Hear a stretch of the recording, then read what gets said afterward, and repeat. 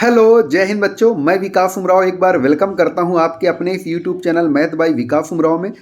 मैं फ़िलहाल आप लोगों के लिए आया हूं, एनटीपीसी वालों के लिए आया हूं। ज़्यादातर बच्चे बहुत ही परेशान हैं, बहुत ही हताश हैं। काफ़ी लंबे समय से रिजल्ट का वेट कर रहे थे, आंदोलन पे आंदोलन हो रहे थे, तब जा कर के ये रिजल्ट जारी हुआ है।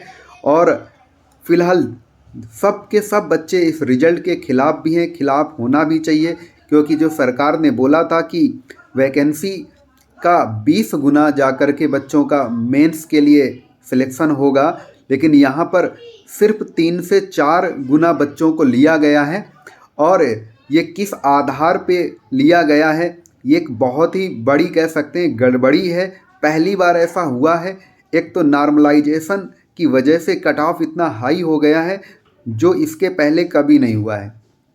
तो आइए हम लोग इसी पर चर्चा करते हैं।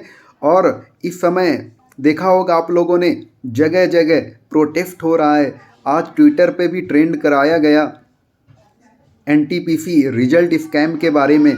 तो हम लोग इसी पर बात करते हैं, और इस पर सभी को बात करना भी होगा। क्योंकि हुआ क्या है भाई, एक बच्चे का सिलेक्शन होता है एनटीपीसी में मेंस के लिए, तो वो बच्चा कई पोस्ट के लिए सिलेक्ट होता है। जैसे कम से कम 4 या 5 पोस्ट के लिए सिलेक्ट हुआ। एक दूसरा बच्चा जो है वो भी 3 से 4 पोस्ट के लिए सिलेक्ट हुआ। तो अब उसकी गिनती कैसे होती है कि भाई एक बच्चा 5 पोस्ट के लिए सिलेक्ट हो रहा है, एक बच्चा 4 पोस्ट के लिए सिलेक्ट हो रहा है, तो भाई वो 2 बच्चे मिला के 9 पोस्ट, यानी कह सकते हैं कि वो 9 बच्चों के बराबर गिनती कर रहा है। तो इसी वजह से जो सिलेक्शन हुआ है वो लगभग 1,50,000 से 1,60,70,000 समथिंग कह सकते हैं, इतने बच्चों का सिलेक्शन हुआ है। और वो गिनती में कितने निकल के आ रहे हैं, 7 लाख निकल के आ रहे हैं। ये बिल्कुल कह सकते हैं बेकार टाइप की रणनीति है।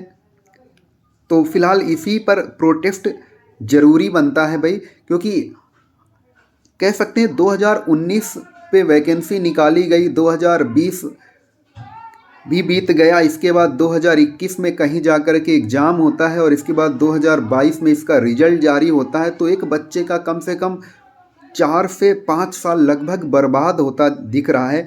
तो भाई इसके लिए ये प्रोटेस्ट बिल्कुल ज़रूरी है, क्योंकि भाई यहाँ से अगर इस आधार पर काम होगा तो वैकेंसी खाली निकल जाएगी। क्योंकि एक बच्चा 4-4, 5-5 पोस्ट के लिए सिलेक्शन पा रहा है, तो भाई पाएगा तो सिर्फ एक ही जॉब, ठीक है, ज्वाइन तो सिर्फ एक ही जॉब करेगा। तो बिल्कुल इस आधार पे हम कह सकते हैं कि एनटीपीसी के लिए कह सकते हैं आप इसके अपोजिट आइए। और जिन भी बच्चों का एग्ज़ाम था, नंबर अच्छे भी आए और किसी कारणवश सिलेक्शन नहीं हुआ, तो उसके खिलाफ आवाज़ उठाना चाहिए, ताकि एक फिर से रिवाइज्ड रिजल्ट निकल के आए, और उसमें सबके सब 7 लाख जो स्टूडेंट हैं उनका सिलेक्शन हो। तो वो जा कर के मेंस की तैयारी में जो लगे हुए थे उनका सिलेक्शन नहीं हो पाया, वो बहुत ही हताश हैं, बहुत ही निराश हैं। तो भाई सब इन्हीं के कारण कह सकते हैं क्या किया जाए। और इसी बेस पर आपका ग्रुप डी का भी चल रहा है।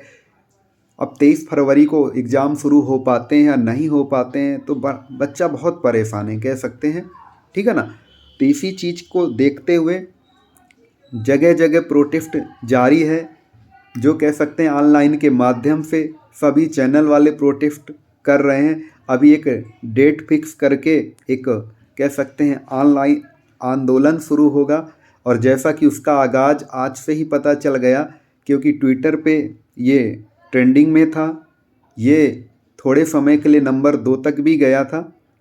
तो फिलहाल इसी पर जो चर्चा चल रही है, ठीक है ना। तो हम उम्मीद करते हैं जिन बच्चों का एनटीपीसी या फिर रेलवे ग्रुप डी, तो सभी बच्चे आएँ और इस प्रोटेस्ट में भाग लें। और अपने साथी जो बच्चे देखो सेलेक्ट हो गए हैं, तो उनका सिलेक्शन कभी रुक नहीं सकता है। तो जो नहीं सेलेक्ट हुए हैं उन बच्चों को भी आने का मौका मिले, ठीक है। क्योंकि अगर ऐसी गड़बड़ी अभी हो रही है तो आगे चल के और भी गड़बड़ियाँ होंगी, ठीक है ना। तो इसलिए ज़रूरी बनता है। फ़िलहाल इतना ही आज के लिए, और फिर एक बार हम मिलेंगे बहुत जल्द आपसे। जय हिंद।